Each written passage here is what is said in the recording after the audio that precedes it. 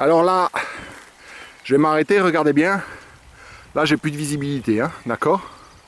Là-haut, je ne sais pas ce qui se passe. Donc la première chose à faire quand on n'a plus de visibilité comme ça, c'est rappeler ses chiens. Hopsi, Anka. Oh oui, c'est bien. Allez, allez, allez, mon bonhomme. Voilà, super, très très bien. Très très bon chien, ça. Ouais, ouais, mon garçon. Ok. Et puis, on va les tenir à la main parce qu'on ne sait pas ce qu'il y a derrière. Et puis quand on aura de nouveau de la visibilité, ben, on va les relâcher. Bon, bah finalement les gens ils ont tourné, ils sont partis là-bas. Je me retrouve au petit croisement là. Et là en fait, comme l'herbe elle a été coupée court, je vais en profiter. Je vais faire un petit peu d'enrichissement parce qu'il me reste plus beaucoup de batterie. Et je vais vous montrer. Alors là, je peux me permettre de leur montrer. Ok, là ils sont en train de regarder. Je vais lancer par là, hop. Et vous voyez que instantanément, ils vont aller chercher. L'herbe elle est courte, c'est un petit peu facile. Je vais essayer de viser la petite touffe là. Hop, voilà. Ok.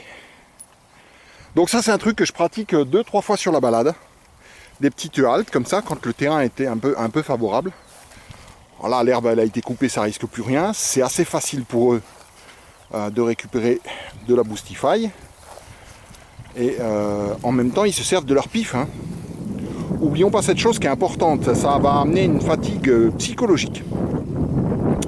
Le fait de renifler comme ça, de recueillir des informations, de tracer sur une piste, sur une recherche, à la recherche de la bouffe, alors là on se rapproche un petit peu du milieu naturel. Ok, j'alterne, je fais une petite séance comme ça.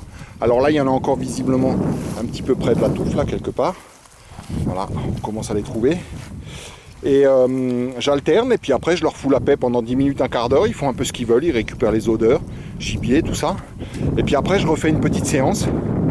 Ça me permet d'avoir des chiens qui sont toujours à l'écoute et qui sont toujours en train de se demander à quel moment le jeu rigolo va commencer. Donc j'ai des chiens qui s'éloignent pas trop de moi. J'ai des chiens qui font une vingtaine de mètres, c'est le maximum que je tolère. Hein. Parce que liberté, ça ne veut pas dire inconscience non plus. Ce qui se passe à 30 mètres, moi je ne le vois pas forcément. Alors, pour les gens qui se posent des questions, pourquoi ces deux chiens ont des longes? Tout simplement parce que c'est des chiens loups. Donc on n'est plus tout à fait sur un chien, on n'est pas tout à fait sur un loup. D'accord? Parce qu'il y a beaucoup de chiens et un peu de loups quand même. Donc c'est des prédateurs. Donc si jamais il leur venait à l'idée de partir au sanglier, au lièvre, parce que ça peut arriver que j'ai un lièvre qui détale devant moi, ça m'est déjà arrivé. Donc là, le chien, il a beau avoir une obéissance importante, la pulsion de chasse, si j'arrive pas à le stopper tout de suite, elle se met en place. Et puis à partir de là, on est un petit peu embêté. Venez par là les cocos. Et donc, si jamais l'idée leur venait de partir au gibier, je sais qu'ici, il y a des chasseurs à la gâchette un peu sensibles. Et vous avouerez que si cette chien n'était pas attaché à une longe, on dirait volontiers c'est un loup.